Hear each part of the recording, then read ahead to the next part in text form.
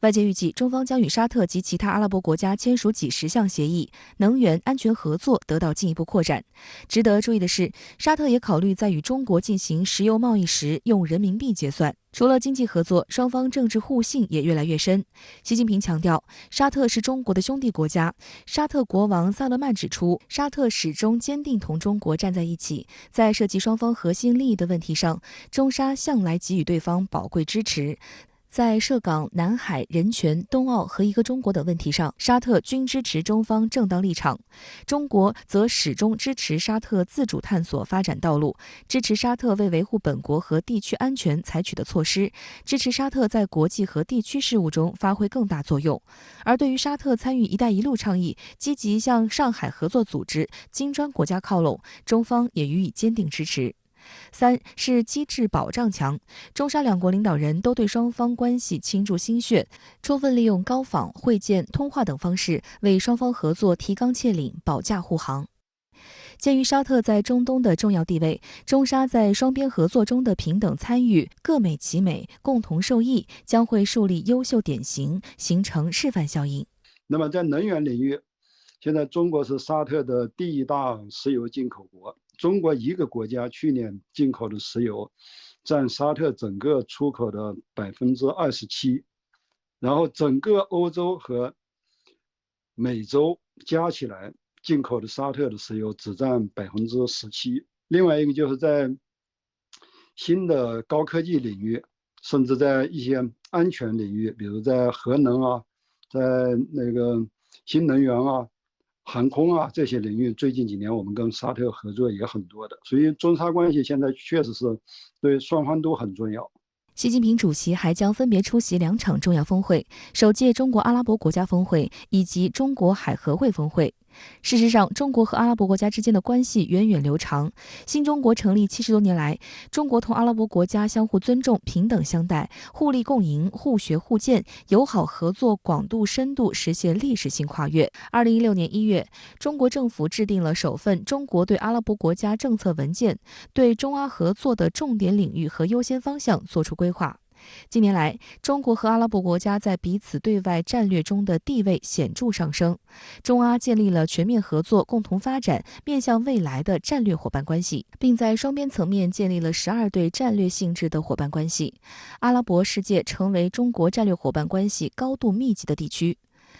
分析指出，当前百年变局加速演进，对于经济发展水平极不平衡、内部矛盾错综复杂的阿拉伯世界来说，能够形成并长时间延续对中国的一致友好态度以及强烈的合作期待，殊为难得。中国和阿拉伯国家同为发展中国家重要成员，同为国际舞台上重要政治力量，面临相似的历史机遇和挑战，双方比以往任何时候都更需要加强合作，共克时艰，携手前行。中阿峰会对中国和对沙特、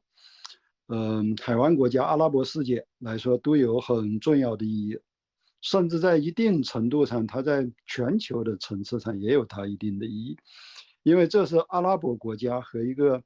域外的发展中大国举行的第一次峰会。其实过去10年，中阿关系已经取得了很大的进展，现在中阿关系在中国被称为是南南合作的典范。是国与国之间关系的典范，双方在过去3年建立了很高的互信。相关话题来连线特约评论员陈斌。陈先生您好，习近平主席启程对沙特阿拉伯进行国事访问，沙特方面讲这次访问将加强两国更深层次的关系，您如何解读？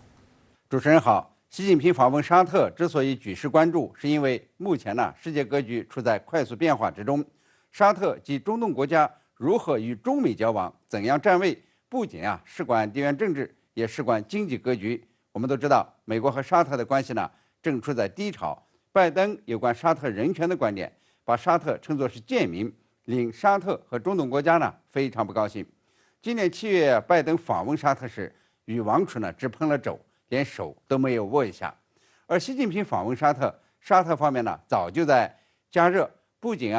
萨勒曼国王要会见习近平，王储也要参加会晤，将以最高规格接待。沙特也把这次访问看作是加深两国之间的历史关系以及战略伙伴关系。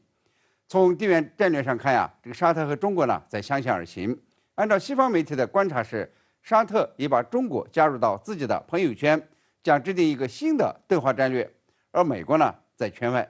从经济合作看啊，中沙两国呢将签署石油大单，而且是用人民币结算，对稳定能源市场将发挥重大作用。而美国呢同沙特在能源政策上很紧张，这两大石油出口国如果出现分裂，将对这个欧美经济呢产生不利的影响。从全球价值观看呀，中国式现代化得到了沙特和中东国家的认可，务实合作、多元并从、求同存异，越来越得到这个中东及世界其他国家的欢迎。而美国划阵营、搞分裂、干涉他国内政的做派，让中东和其他国家反感。最后呢，是发展路径上，中国的发展经验呢，可以给沙特提供借鉴。